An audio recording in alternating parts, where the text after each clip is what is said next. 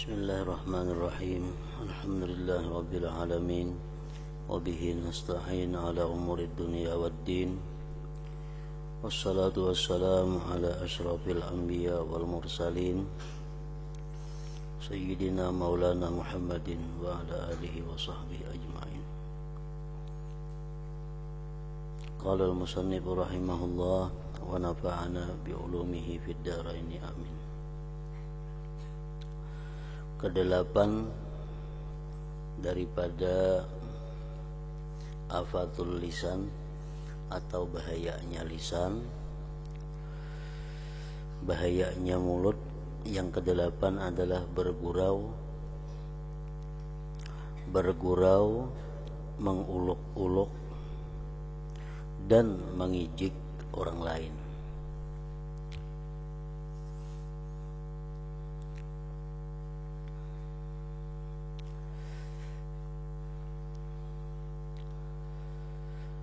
Maka hendaklah engkau memelihara lidahmu daripada menguluk-uluk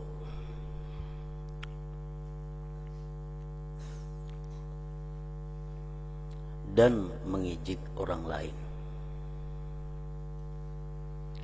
Sama ada dalam bentuk percakapan yang bersungguh-sungguh, yang serius, ataupun dalam bentuk bergurau-gurau saja,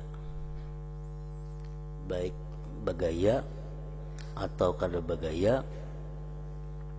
Jangan sekali-kali mengijik orang lain atau menguluk-uluk orang lain,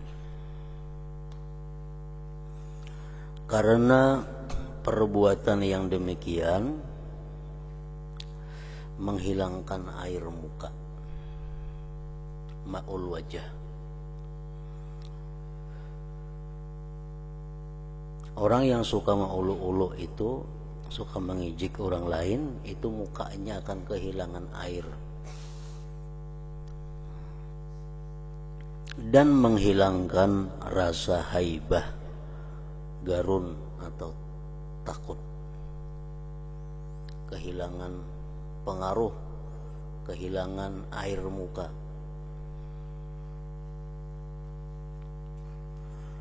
Dan terkadang membawa kepada rasa jauh hati dan menyakiti hati orang lain tentunya. Maka dari situlah bermulanya pertengkaran dan kemarahan yang akhirnya membawa kepada putusnya hubungan dan permusuhan di dalam hati. Artinya seringkali akibat basanda gurau, akibat bagaya, menguluk-uluk orang, terjadilah pertengkaran, kemarahan, bermusuhan, akhirnya saling jauh menjauh atau belakang membelakangi. Maka janganlah engkau bergurau dengan seseorang, bahkan jikalau mereka coba mengusik engkau. Artinya orang membawai bagaya, orang menggayai kita,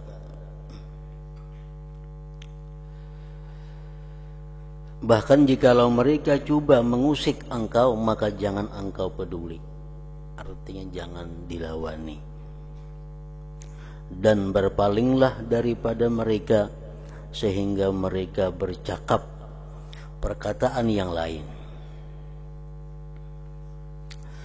Dan hendaklah engkau menjadikan dirimu daripada golongan orang yang disebutkan Allah Ta'ala di dalam firman-Nya, wa idza marru bil lagwi marru kirama.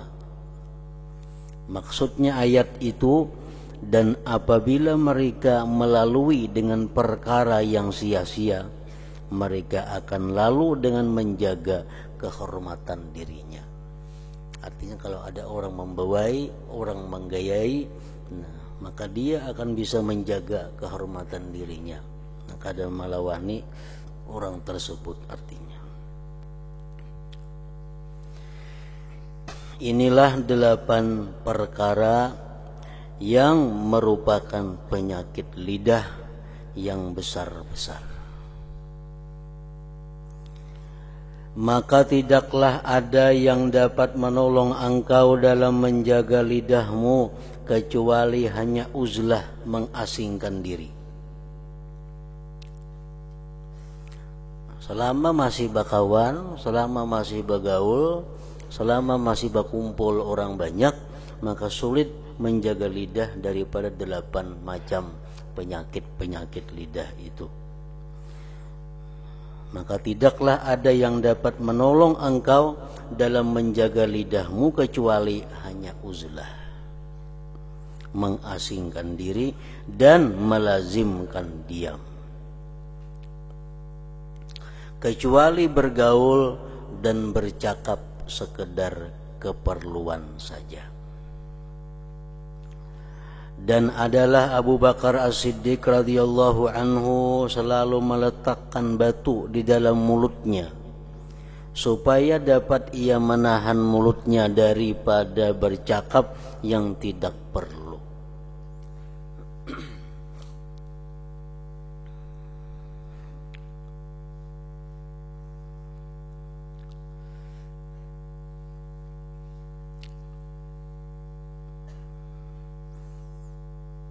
Dalam minggu-minggu yang terdahulu dan di kitab lain pada ini,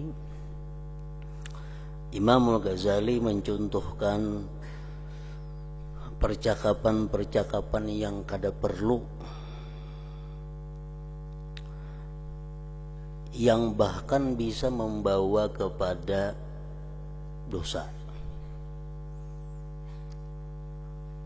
Contohnya antara lain kita betakun lawan orang, datang di mana. Itu percakapan yang kada perlu. Misal kita bertemuan 2 orang, datang di mana teh? Datang di mana? Itu percakapan yang kada perlu. Dan bisa jadi dosa. Kenapa? Bisa menyebabkan yang ditakun itu berdusta. Karena dikhawatirkan datang di manakah inya nang bila disambetnya asa ngalih, lalunya berdusta. Nah, jadi artinya kalau kita betakun lawan orang datang di mana, itu percakapan yang kada perlu. Datang di mana kah orang? Kalau jadi masalah juga kalau datang di mana. Nah, lain halnya kalau guru lawan murid, datang di mana, itu kata jadi masalah. Atau orang tua lawan anak, datang di mana, kada jadi masalah. Suami lawan bininya, datang di mana igam tadi umanya, kada jadi masalah. Itu wajar. Tapi kalau umpamanya sama pada kakawanan, datang di mana tadi, itu percakapan yang kada perlu. Kalau si kawan ini jadi berdusta gara-gara menjawab kita tak umpat dosanya. Karena kita nama ulah asa gara-garanya. Atau umpamanya murid menakuni gurunya, datang di mana pian? Maginya kada perlu ditakuni, datang di mana kah guru, kada jadi masalah. Atau bini lawan laki, datang di mana pian? Datang di manakah? Itu perkataan yang kada perlu dan bisa membahayakan kita. Datang di mana? Antara lain lagi nang kada perlu, hendak ke mana? Bisa kita bertemuan kawan tengah jalan, hendak ke mana? Nah, itu percakapan yang kada perlu dan bisa membawa kepada dosa kalau inya ini menjawab dengan dusta. Hendak ke mana teh? Hendak ke mana ke orang tekannya? Nah, itu percakapan yang kada perlu. Nah, jadi menghindari percakapan-percakapan yang kada perlu tadi adalah sesuatu kemastian, sesuatu yang mesti dilakukan kalau kita ingin selamat daripada dosa. Karena dari hal-hal yang kada perlu itulah biasanya timbul perbuatan maksiat. Jadi kada perlu betakun, datang di manakah kawan, hendak ke manakah inya.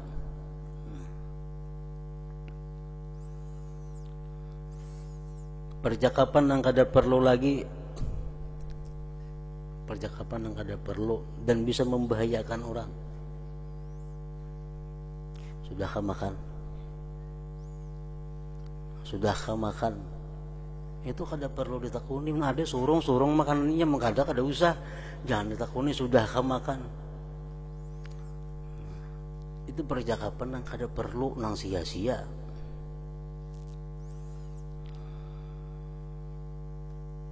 Banyak contohnya. Imam Ghazali mencontohkan perkataan-perkataan yang kada perlu, nang kayaknya kita anggap itu biasa. Biasa padahal membahayakan.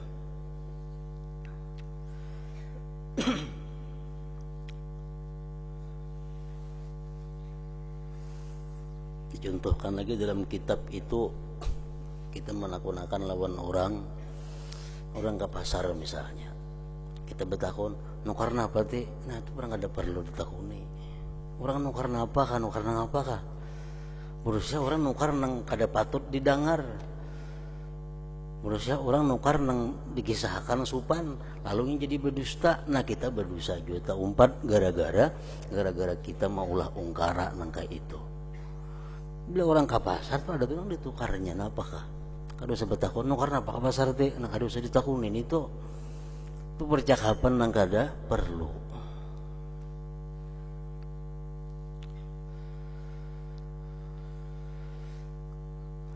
Dan adalah Abu Bakar Siddiq radhiyallahu anhu selalu meletakkan batu di dalam mulutnya supaya dapat ia menahan mulutnya daripada bercakap yang tidak perlu.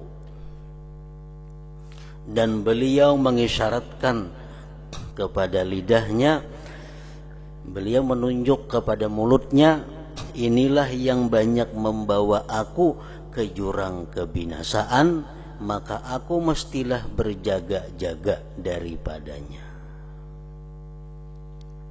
Perkataan ulama mengatakan, lisanuka asaduka, lisanuka asaduka, in atlaq tahu parasaka, wa in amsak tahu harasaka.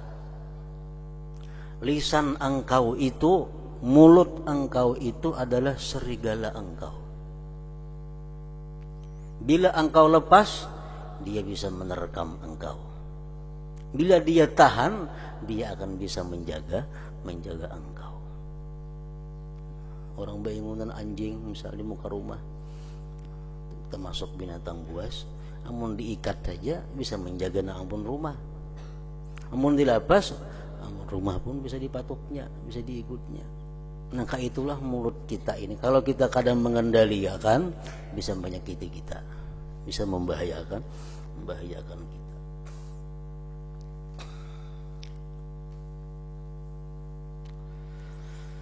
Maka jagalah lidahmu baik-baik, karena ia adalah alat yang paling berkesan dalam membinasakan engkau, baik di dunia ataupun di akhirat.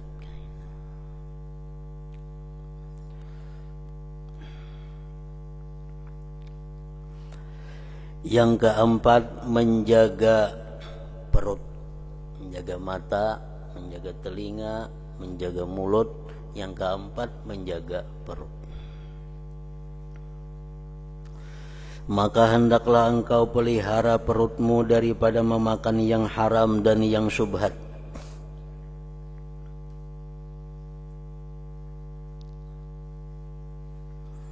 Maka hendaklah engkau pelihara perutmu daripada memakan yang haram dan yang syubhat.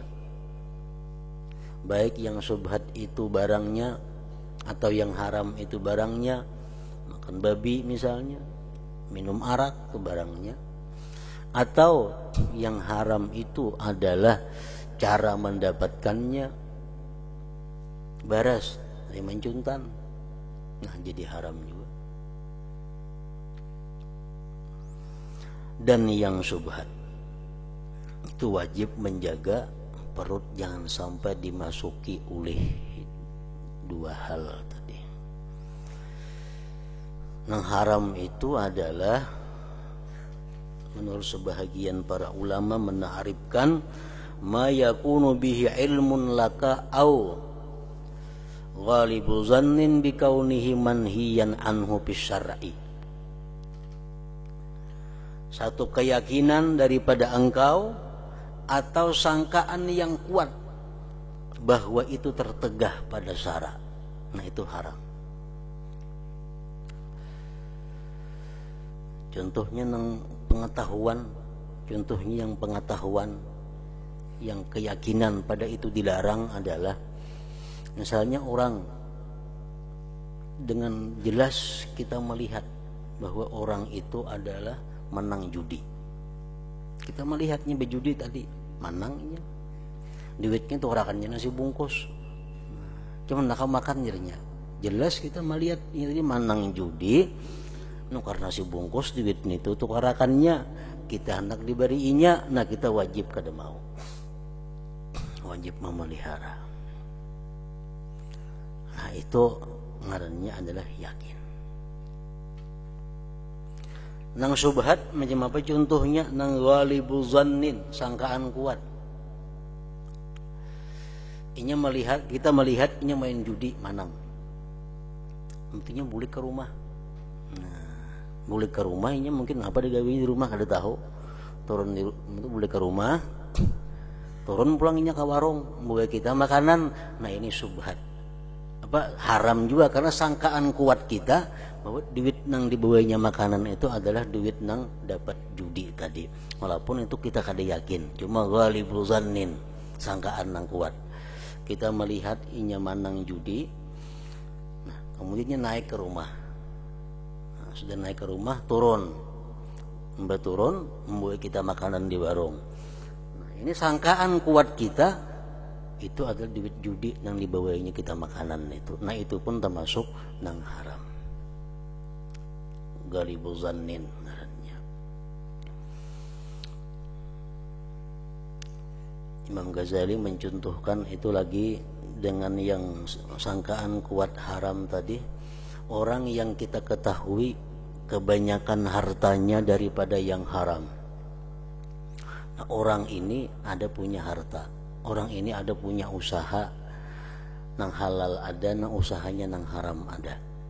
Tapi kebanyakannya daripada nang haram. Usahanya itu kebanyakan daripada yang haram. Nah ini pun kita kada boleh juga bekerja sama dengan orang itu. Baik urusan tukar menukar, minjam meminjam, siwa basiwa, makan pemberiannya tidak boleh.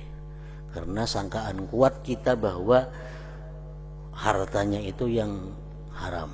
Sebab umumnya hartanya didapat dari yang haram. Walaupun ada yang halal cuma sedikit. Nah itu termasuk haram juga.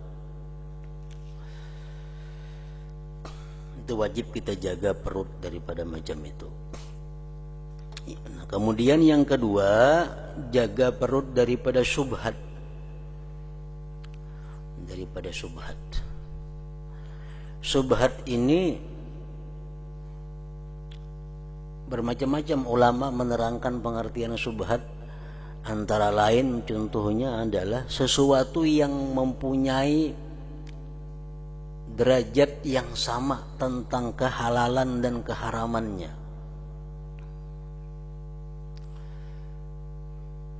Derajat yang sama. Jadi kemungkinan besar hartanya itu dari yang haram 50% dan kemungkinan daripada yang halal 50%. Sama. Matasawat pihil ammaratani ad-dallatani alal hilli wal hurmah bila tarjihin bainahuma. Subhan.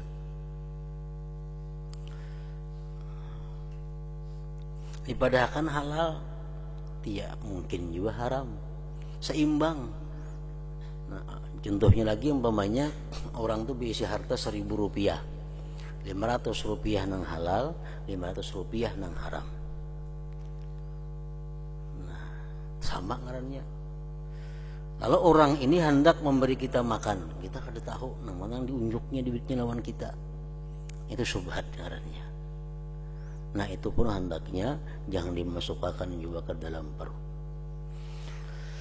Sebagian ulama lagi ada yang mengartikan pengertian syubhat itu makhtalafa fihi ulama ay fi hillihi wa hurmatihi, sesuatu yang khilaf ulama mengenai halal dan haramnya, itu syubhat. Nah itu hendaknya mesti kita jauhi. Ulama sebagian mazhab mengatakan itu haram, bagian mazhab mengatakan itu halal. Nah bagi kita ini syubhat itu ngarannya. Nah itu pun hendaknya dijauhi. Di dalam kitab Marakil Ubudiyah disebutkan contohnya adalah kuda. Kuda itu menurut Imam Malik haram dimakan, menurut imam kita halal. Nah jadi kuda itu ada dua mazhab. Daging kuda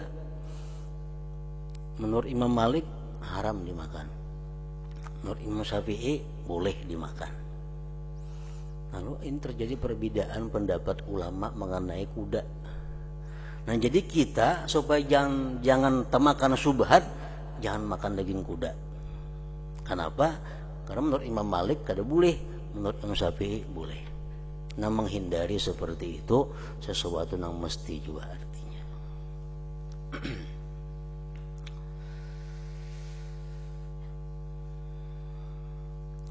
Dan berusahalah untuk mencari makanan yang halal, dan apabila engkau telah mendapatkannya maka hendaklah engkau merasa cukup dengan memakannya, dan hendaklah engkau berhenti sebelum kenyang, karena perut yang kenyang itu mengeraskan hati.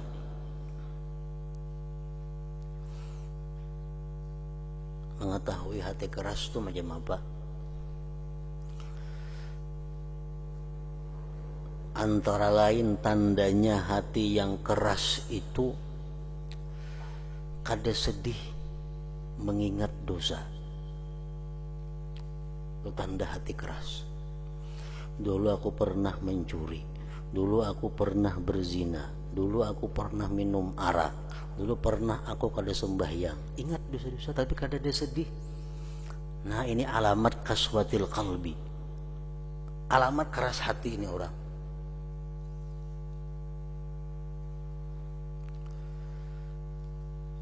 Jauh menangis, sedih aja kada.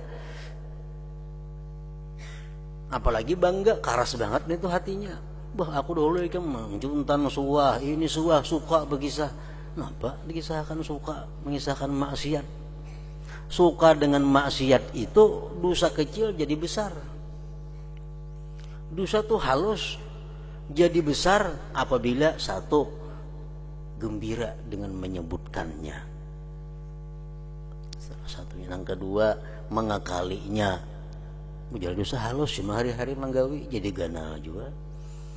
Nah, jadi tanda keras hati itu adalah kada sedih mengingat dosa.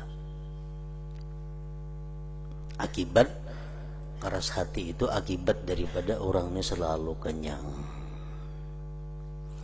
Tandanya orang keras hati lagi, kada mempan dinasihati dengan al-hadis, al-Quran, dan kalamul aulia. Perbuatan ikam itu dilarang Allah, ranaiha dinasihati.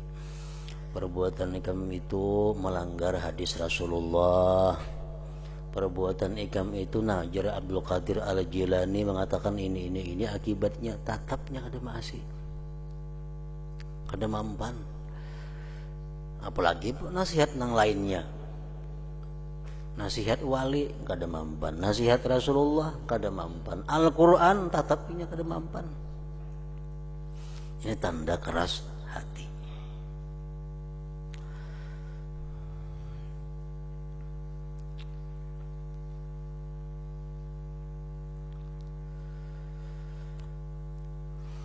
Karena perut yang kenyang itu mengeraskan hati dan menumpulkan akal.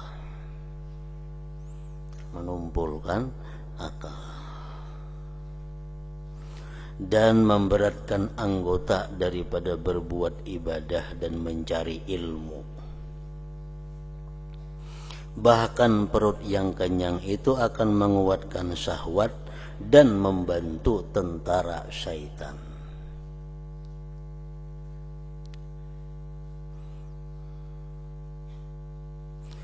Kenyang dengan yang halal adalah puncak segala kejahatan, maka betapa pula kenyang dengan yang haram. Apalagi kenyang lawan yang haram. Dalam keadaan tertentu, dalam keadaan darurat, kita boleh makan yang haram itu, tapi jangan sampai kenyang. Sekedar untuk menahan nyawa boleh. Misalnya kita berada di tempat nang kadada halal, kita berada di tempat nang kadada makanan halal. Kalau kita menjamini mati kita berada makanan yang halal. Ada makanan yang haram, itu boleh kita makan haram. Cuma batasnya apa? Sekedar kita jangan mati.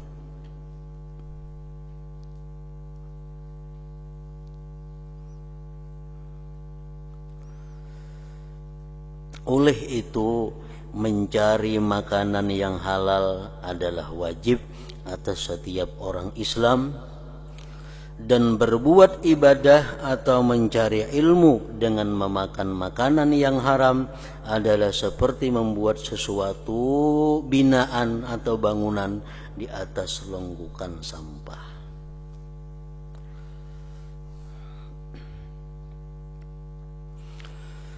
Apabila engkau merasa cukup dalam setahun dengan hanya memakai sehelai baju yang kasar, dan merasa cukup dalam sehari semalam dengan 2 potong roti daripada tepung yang kasar, dan engkau mampu meninggalkan kelezatan gulai, maka pasti makanan yang halal cukup bagimu.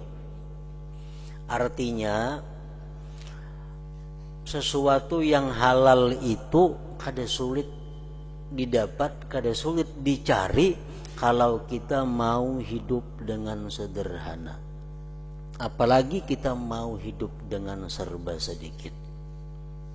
Kada sulit mencari yang halal. Mencari yang halal itu kada sulit apabila kita mau hidup sederhana atau mau hidup serba sedikit, makin nyaman lagi. Nah, mencari yang halal itu sulit apabila kita hidup hendak serba nyaman, serba mewah. Itu sulit mencari yang halal.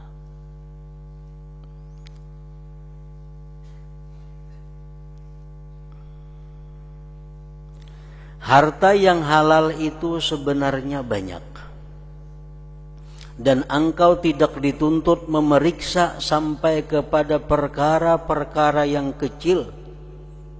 Bahkan memadaklah bagimu bahwa engkau menghindari apa-apa yang telah engkau kenal pasti bahwa harta itu adalah haram, atau engkau sangka bahwa ia adalah haram dengan bukti-bukti yang nyata dan yang telah sabit pada harta tersebut.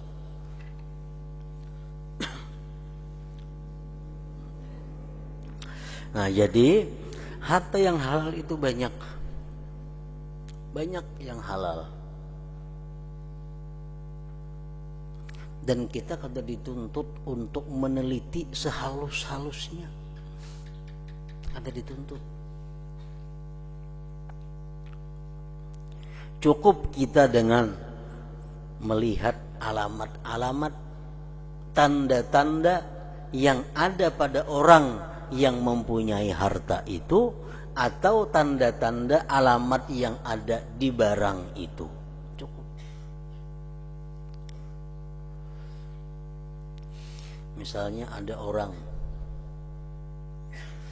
ini banyak pada diri orang itu tanda-tanda ini orang jahat,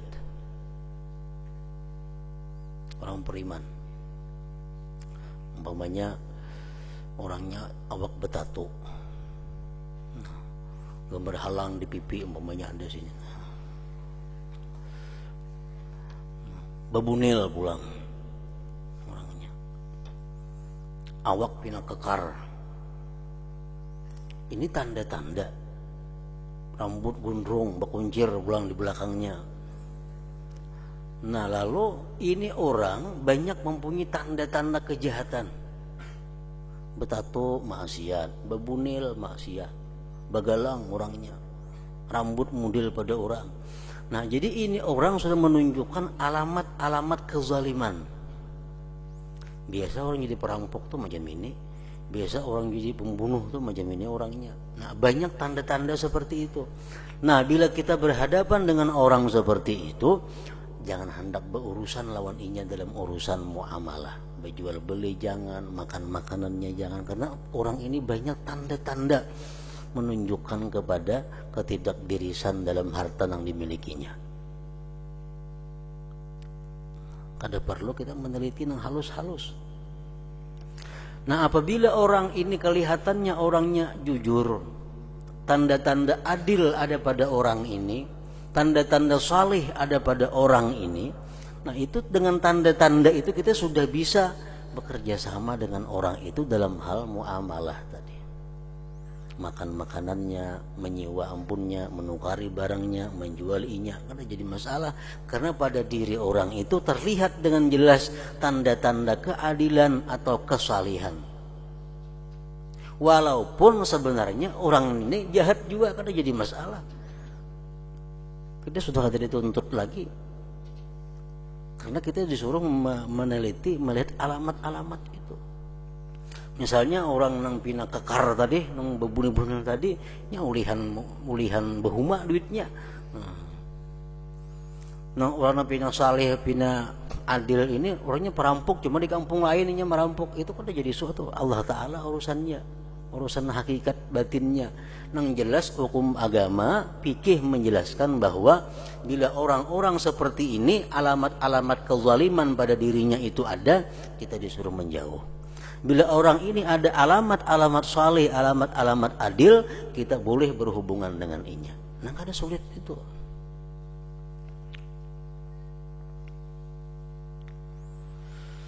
Adapun harta yang sudah nyata haram, maka hal ini sudah tidak perlu diterangkan lagi.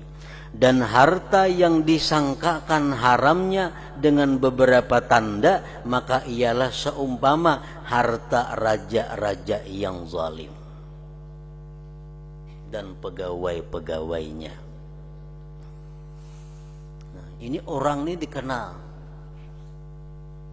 orang ini jadi pegawai, pekerjaan lain setahu kita kadada, warisan kadada, abahnya orang miskin jauh hari. Nah, kita tahu jelas inya ini pegawai, gaji paling-paling sebulan 2 juta, anak 4. Nah, tapi orang ini luar biasa kayanya, bisi motor ada, duit pina banyak. Kita setahu kita orang ini gaji cuma 2 juta, belanja itu belanja ini. Nah, tanda-tanda kezaliman ada pada diri orang itu. Orang ini barangkali korupsi, karena gaji nang itu paling-paling berapa ada sebulan inya. Nah tanda-tanda itu menunjukkan bahwa kita kada boleh bekerja sama dengan orang itu.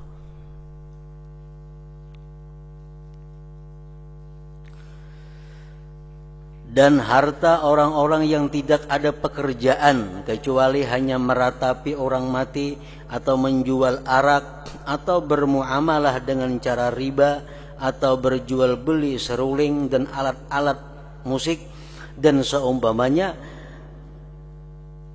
maka siapa yang engkau telah ketahui secara pasti bahwa kebanyakan hartanya adalah daripada sumber yang haram, maka apa yang engkau ambil daripada tangannya walaupun boleh jadi ia halal adalah haram. Orang tadi misal kan gajiannya, orang tuh ada gajiannya 2 juta sebulan, itu halal gitu. Tapi penghasilan kejahatan itu lebih daripada 2 juta sebulan. Bisa 4-5 juta hasil dari kejahatannya itu. Gaji murninya 2 juta aja. Jadi nang diberiakannya lawan kita barangkali nang halal. Itu kada kalau dipakai lagi. Kenapa? Karena sudah jelas bahwa orang ini lebih banyak nang haram daripada halalnya. Karena itulah yang ghalib pada zan, sangkaan. Di antara harta yang jelas haram ialah harta wakaf yang dimakan tidak mengikuti syaratnya.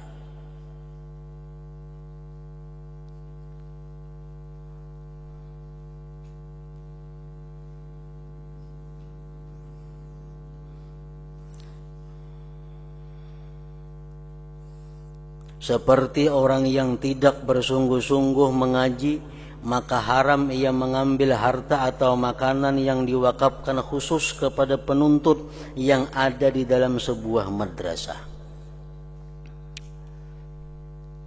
Misalnya di sini ada pohon, jampunya kuwakafakan untuk santri,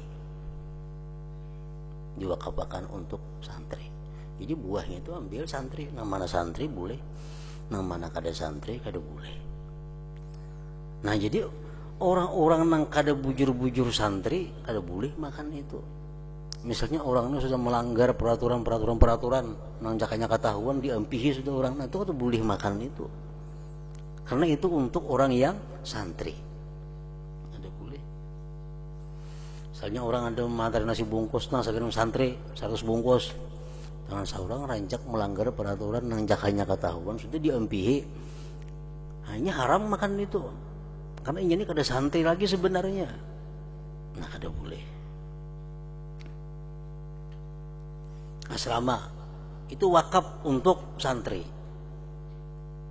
Orang nang kada santri haram diam di situ. Haram.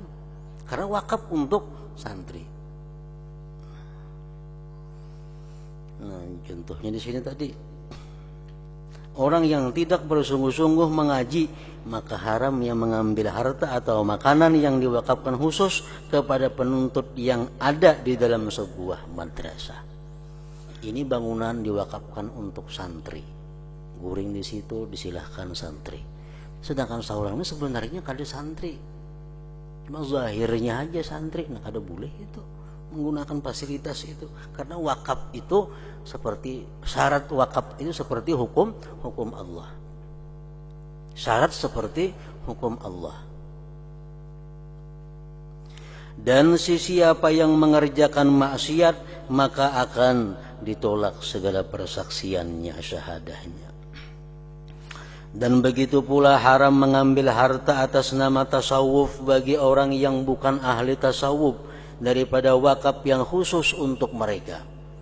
Misalnya di sini ada diulahkan perumahan, penginapan untuk orang-orang yang belajar tasawuf. Sedangkan ini kada belajar tasawuf, nah kada kau mempergunakan fasilitas itu, kada boleh. Itu termasuk yang diharamkan dalam agama. Syaratul wakif itu kahukmillah. Syarat oleh orang yang berwakaf itu sama dengan hukum Allah. Sama dengan hukum Allah. Dan telah kami sebutkan keterangan yang luas tentang harta syubhat, halal dan haram di dalam kitab karangan Sidin, artinya Ihya Ulumiddin. Maka hendaklah engkau merujuk ke sana karena mengetahui cara mencari harta yang halal ini adalah wajib. Dan mencari harta yang halal itu adalah wajib. Seperti wajibnya engkau sembahyang 5 waktu. Belajar cara berdagang yang halal kayak apa, itu hukumnya wajib. Sama wajibnya sembahyang 5 waktu. Sama wajibnya puasa Ramadan. Sama-sama pada wajib. Yang kelima, menjaga kemaluan. Maka hendaklah engkau menjaga kemaluanmu daripada apa-apa yang diharamkan oleh Allah Ta'ala. Dan hendaklah engkau jadikan dirimu seperti golongan yang disifatkan oleh Allah Ta'ala di dalam firman-Nya, walladzina hum li furujihim hafizun illa ala azwajihim aw ma malakat aymanuhum fa innahum ghairu malumin. Maksudnya, dan mereka yang selalu menjaga kemaluan mereka kecuali terhadap istri-istri mereka atau apa-apa yang mereka miliki daripada hamba jariyah, maka mereka tidak tercela. Orang yang kau menjaga makanan haram masuk ke perutnya, orang yang kau menjaga makanan subhat masuk ke perutnya, dia akan secara otomatis bisa menjaga kemaluannya daripada melakukan yang diharamkan oleh Allah. Nah, orang yang kada mampu menjaga perutnya daripada masuk haram subhat, dia akan sulit menjaga kemaluannya daripada yang diharamkan Allah. Dan engkau tidak dapat menjaga kemaluanmu kecuali apabila engkau menjaga matamu daripada melihat yang haram, dan juga menjaga hatimu supaya ia jangan berpikir yang bukan-bukan, dan menjaga perut daripada makanan yang syubhat atau berlebihan dalam memakan yang halal. Karena semuanya itu adalah penggerak bagi syahwat dan merupakan puncak bermulanya syahwatnya itu. Nah, yang keenam, menjaga dua tangan.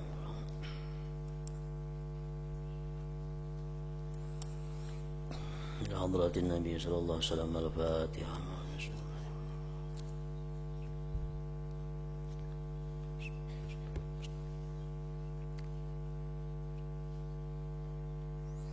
Bismillahirrahmanirrahim. Alhamdulillah rabbil alamin, wa salli wa sallim ala sayyidina Muhammad wa alihi wa sahbihi ajma'in. Allahumma ighfir lana ma akhta'na wa ma tahammadna wa ma asrarna wa ma alanna wa ma asratna wa ma anta alam bihi minna, antal muqaddim wa antal muakhir, la ilaha illa anta. Allahumma anfa'na bima 'allamtana wa 'allimna ma yanfa'una wa zidna fahman wa ilman wa 'amalan wa hudan wa tawfiqan bi rahmatika ya arhamar rahimin. Sallallahu alaihi sayyidina Muhammad wa alihi wa sallam.